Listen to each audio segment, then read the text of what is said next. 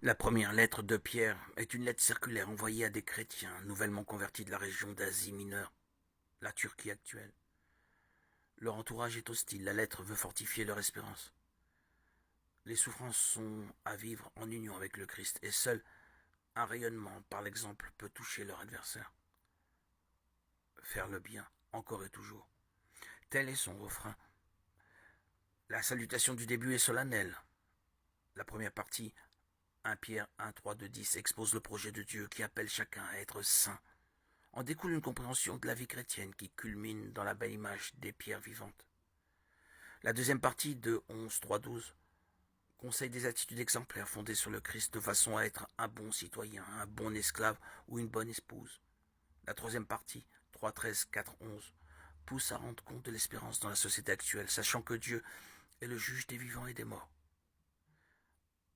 Enfin, la quatrième partie, 4, 12, 19, déploie une promesse de bonheur pour ceux qui sont persécutés alors qu'ils font le bien. Pour conclusion, il encourage les personnes âgées, comme les jeunes gens, à tenir bon. Tout se termine par une dernière salutation. 5, 12, 14. La lettre est elle de l'apôtre Pierre. Certains le soutiennent. D'autres pensent à un disciple de la fin du 1er siècle qui se réclame de l'autorité de Pierre.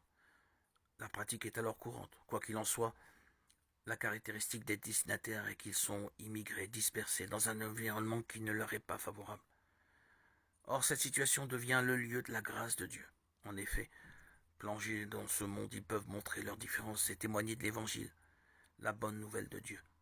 Certes, l'appel à faire le bien paraît aujourd'hui marqué par un certain conformisme social.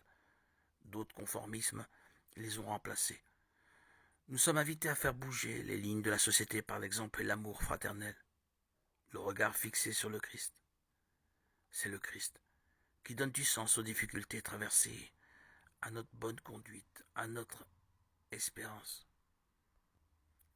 L'auteur définit alors l'Église par une image originale, établie sur le Christ, pierre vivante rejetée. Les chrétiens sont les pierres vivantes d'un édifice spirituel.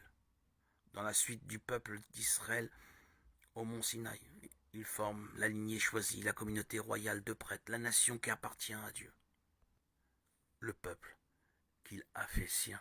Ils sont les témoins auprès des êtres humains de l'amour de Dieu.